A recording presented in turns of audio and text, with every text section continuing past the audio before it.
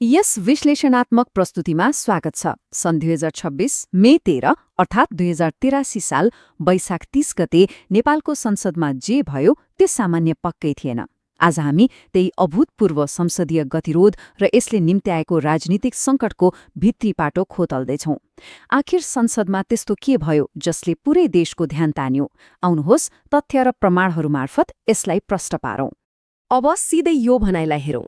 Nepal communist पार्टीका रमेश मल्लले भन्नुभएको थियो, यदि प्रधानमन्त्रीले संसदमा प्रश्नको जवाफ दिन सक्दैनन् भने उहाँ पदमा रहन उपयुक्त हुँदैन। सुन्दा नै कति कडा र आक्रामक सुनिन्छ नि, होइन? यसबाटै अन्दाज लगाउन सकिन्छ त्यस दिन सदनभित्रको तनाव कुन स्तरमा पुगेको थियो।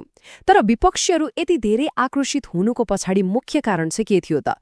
आउनुहोस् यसको जडसम्मै पुगौँ। पहिलो खण्ड, बेपत्ता प्रधानमन्त्री र विवादको मुख्य कारण। यो घटनालाई अलिकति पछाडि फर्किएर हेरौँ है त। त्यो दिन संसदमा सरकारको आगामी आर्थिक वर्षको नीति तथा कार्यक्रममाथि एकदमै महत्त्वपूर्ण छलफल हुँदै थियो। अब हाम्रो स्थापित संसदीय अभ्यास कस्तो छ भने यस्ता गम्भीर र महत्त्वपूर्ण विषयमा उठ्ने प्रश्नहरूको जवाब प्रधानमन्त्री स्वयंले नै दिनुपर्छ। तर मे 13 को दिन अर्कै निर्णय भयो। प्रधानमन्त्री बालेन शाहको सट्टा अर्थमन्त्री डाक्टर स्वर्णिम वाग्लेलाई जवाफ दिने जिम्मा दियो। बस यही एउटा निर्णय नै त्यो ठूलो विवादको मुख्य कारण बन्न पुग्यो। यस कुरालाई प्रधानमन्त्रीको सचिवालयले आधिकारिक रूपमै पुष्टि पनि गरेको थियो। प्रधानमन्त्रीका प्रेस सल्लाहकार दीपा दाहालको यो भनाइलाई ध्यान दिएर हेरौँ, जहाँ प्रष्ट भनिएको छ कि कार्यसूचीमै अर्थमन्त्रीलाई यो जिम्मेवारी हस्तान्तरण गरिएको थियो।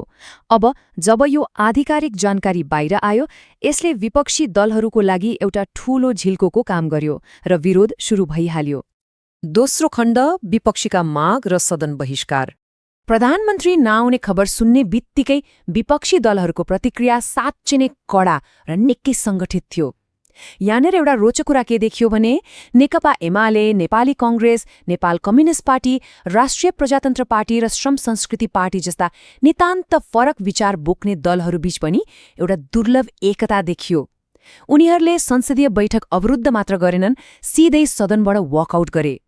त्यति मात्र होइन, प्रधानमन्त्रीको राजीनामा नै मागे र प्रधानमन्त्री उपस्थित नभएसम्म कुनै पनि हालतमा सदन चल्न नदिने चेतावनी समेत दिए। तेस्रो खण्ड, हर्क साम्पाङको कडा नीतिवत् आलोचना। यो समग्र बहिष्कारमा श्रम संस्कृति पार्टीका अध्यक्ष हर्क साम्पाङको भूमिका चाहिँ विशेष रूपमा केन्द्रमा रह्यो। उहाँले बैठक मात्र बहिष्कार गर्नुभएन, सरकारको नीति र कार्यशैलीमाथि गम्भीर प्रश्नहरूको वर्षा नै गरिदिनुभयो। उहाँले उठाएका मुद्दाहरू हेर्ने हो भने निकै गम्भीर छन्, जस्तै लिपुलेकमा भारतले सडक बनाउँदा सरकार मौन बसेको, सीमा सुरक्षाको साटो सुकुम्बासी हटाउन सेनाको प्रयोग गरेको, अनि संसदलाई नै छलेर अध्यादेश मार्फत शासन गर्न खोजेको आरोप उहाँले लगाउनुभयो। साथै वैदेशिक ऋणमा विश्व रेकर्ड नै बनाएको र सीमामा ठूलो मात्रामा तस्करी गर्न छुट दिएको जस्ता विषयहरू पनि उहाँले जोडतोडका साथ उठाउनुभयो। यी सबै हेर्दा संसदीय गतिरोधले गर्दा कस्ता महत्त्वपूर्ण नीतिगत बहसहरू ओझेलमा परिरहेका छन् भन्ने कुरा छर्लङ्ग हुन्छ र यसले विपक्षीहरूको मुख्य चिन्ता आखिर के थियो भन्ने कुरालाई उत्कृष्ट रूपमा प्रष्ट पार्छ। साम्पाङको यो भनाइले नै उहाँहरूको मूल तर्कलाई समेट्छ।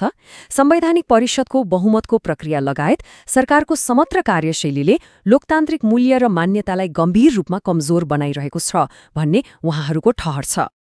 अब यो राजनीतिक नाटक र दलगत आरोप प्रत्यारोपबाट अलिकति पर गएर सोचौँ। एउटा स्वाभाविक प्रश्न उठ्छ नि, यस सम्पूर्ण अवस्थाको बारेमा निष्पक्ष र कानूनी विश्लेषण चाहिँ के छ त? हाम्रा संवैधानिक विज्ञहरू यो विषयमा के भन्छन्? चौथो खण्ड, संवैधानिक नजिर। विधिको शासन र प्रधानमन्त्रीको संवैधानिक जवाफदेहिताको सन्दर्भमा कुरा गर्दा सबैभन्दा महत्त्वपूर्ण बुदा के हो भने संसदीय मामिला विज्ञ राजेन्द्र फुयालको विश्लेषणलाई हेरौँ। उहाँका अनुसार संवैधानिक प्रणालीमा सरकार सधैँ संसद मार्फत सिधै जनताप्रति जवाफदेही हुनुपर्छ। प्रधानमन्त्री नै सदनको नेता हुने भएकोले उहाँले कुनै पनि हालतमा आफ्नो दायित्वबाट पन्छिन मिल्दैन। यस्तो अवस्थामा संसदलाई छल्नु कल्पना बाहिरको कुरा हो। यसमा विज्ञहरूको मुख्य चेतावनीलाई छोटकरीमा बुझ्ने हो भने कुरा एकदम स्पष्ट छ। नीति तथा कार्यक्रम भनेको सुशासन र बजेटलाई मार्गदर्शन गर्ने राज्यको सबैभन्दा केन्द्रीय दस्तावेज हो। यस्तो महत्त्वपूर्ण छलफललाई छल्नु भनेको सिधै जनमतको अपमान गर्नु र लोकतान्त्रिक जवाफदेहिताबाट भाग्ने एउटा खतरनाक नजिर स्थापित गर्नु हो। पाँचौं खण्ड, गतिरोधमा फँसेको संसद। अब यो घटनाक्रमको फराकिलो चित्रलाई हेरौं। अहिले संसद पूर्ण रूपमा गतिरोधमा फँसेको छ। नेपालको लोकतान्त्रिक प्रक्रियामा यसले पार्ने असरहरू निकै गहिरो देखिन्छन्, किनकि सदनको ध्यान अब नीति निर्माणबाट पूरै हटेर राजनीतिक द्वन्द्वमा मात्रै केन्द्रित भएको छ। सभामुख डोलप्रसाद अर्यालमाथि विपक्षीहरूले निकै ठूलो दबाव सृजना गरिरहेका छन्। यदि प्रधानमन्त्री उपस्थित नभए सदन घेर्ने औपचारिक चेतावनी नै दिइसकिएको छ, जसको सीधा अर्थ हो संसदका सामान्य कामकारबाहीहरू अब पूर्ण रूपमा ठप्प भएका छन्। अन्त्यमा एउटा निकै गम्भीर प्रश्नमाथि विचार गर्नै पर्ने हुन्छ। संसद यसरी ठप्प भएको बेला सरकार र विपक्षी बीचको यो बढ्दो टकरावले देशको आगामी राष्ट्रिय बजेट निर्माण प्रक्रिया र राज्य सञ्चालनका अत्यावश्यक विधायकी कार्यहरूलाई कुन दिशामा लैजाला? के दलहरूले यो गतिरोधलाई समयमै तोड्न सक्लान्? यो एउटा यस्तो गम्भीर मोड हो जसले आउने दिनहरूमा नेपालको राजनीतिक मार्गलाई स्पष्ट रूपमा निर्धारण गर्नेछ। यस विश्लेषणमा हामीसँग जोडिनु भएकोमा धेरै धेरै धन्यवाद।